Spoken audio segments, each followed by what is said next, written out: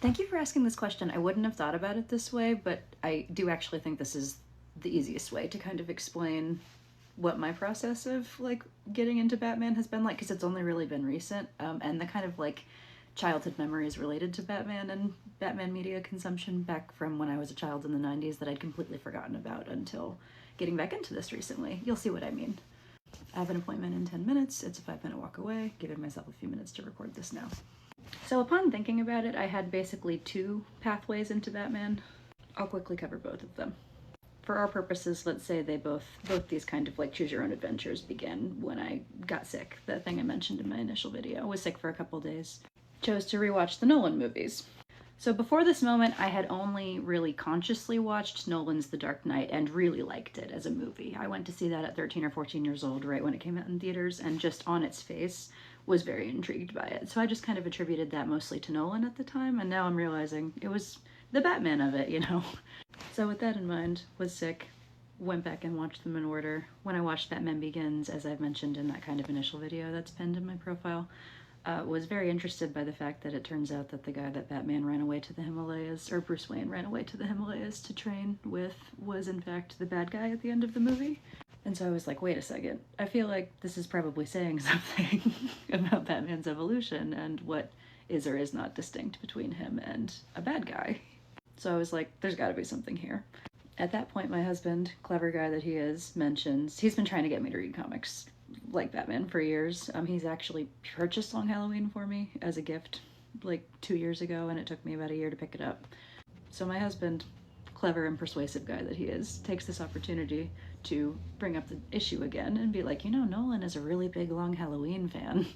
Then I remember it to this day. He literally picks up this book that he had bought for me and then points here, and it's a Christopher Nolan quote, right? It's The Long Halloween is more than a comic book, it's an epic tragedy.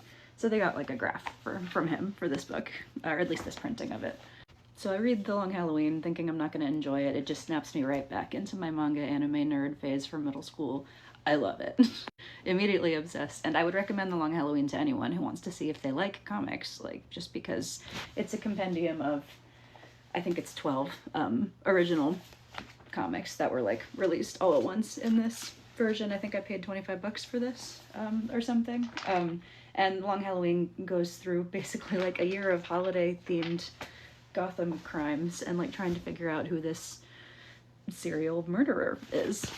And it's just like a tour de force through the whole cast of characters in at least like this particular version of Batman, which is a very classic one.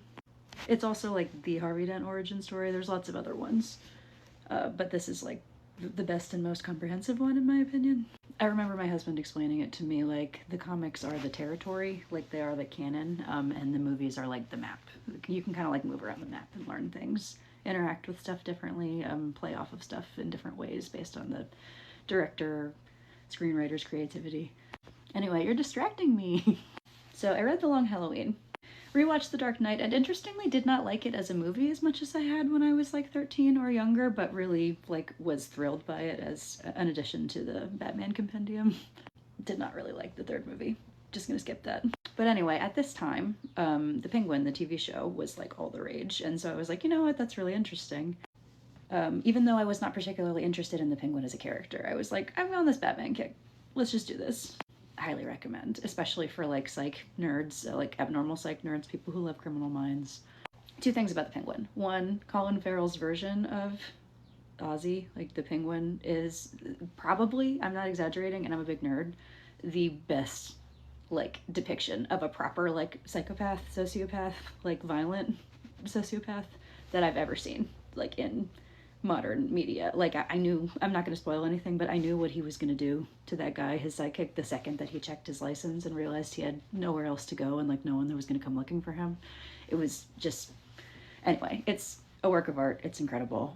Just like shows like cycles of abuse and gaslighting, like, and it's just incredible. So there's that.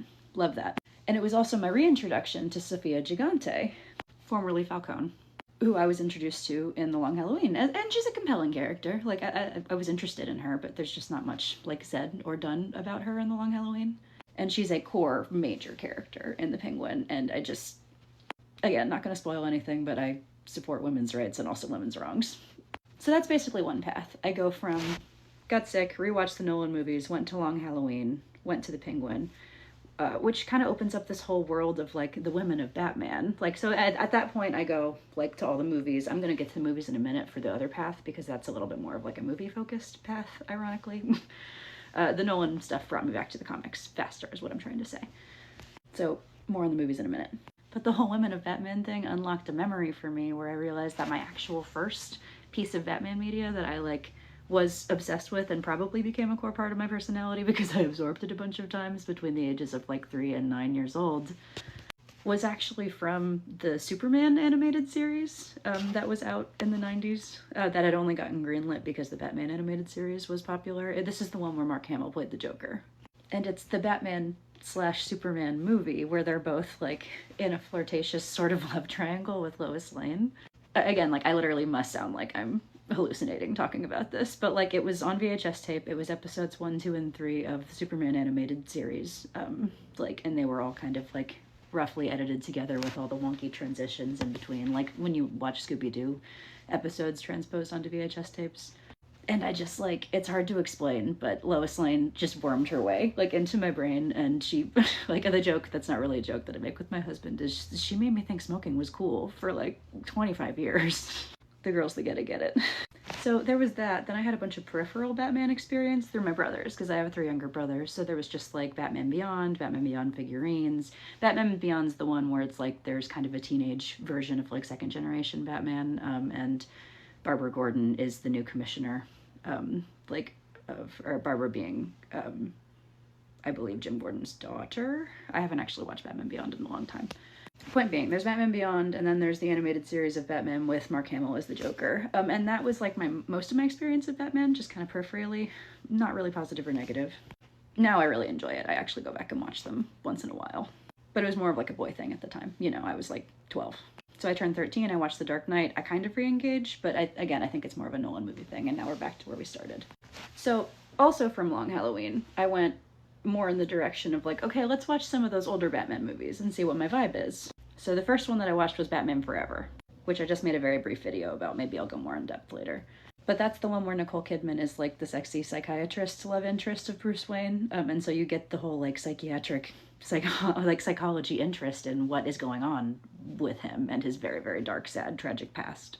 So you get the first inklings of like, does trauma have something to do with this? Is this like an id ego, super ego thing? And you very much see that with the villains, which I talked about before. So I was like, that was the other really engaging moment for me. Like, I'm a psychology dork. I love Silence of the Lambs, like any kind of stuff like that in media, however ham-fisted or artistic. So I was like, oh my God, Freud. And so I say something to my husband who's watching Batman Forever with me, and I'm like kind of sheepishly, does Batman kind of create extreme villains by existing? Like, thinking back to Nolan even, like the Joker's whole, like, the city deserves a better class of criminal seems to be a response to Batman's, like, extreme vigilantism, sort of. So my husband, again, lights up, chaos creator that he is. And he's like, that's so funny that you say that, babe, because there's a comic called The Dark Knight Returns.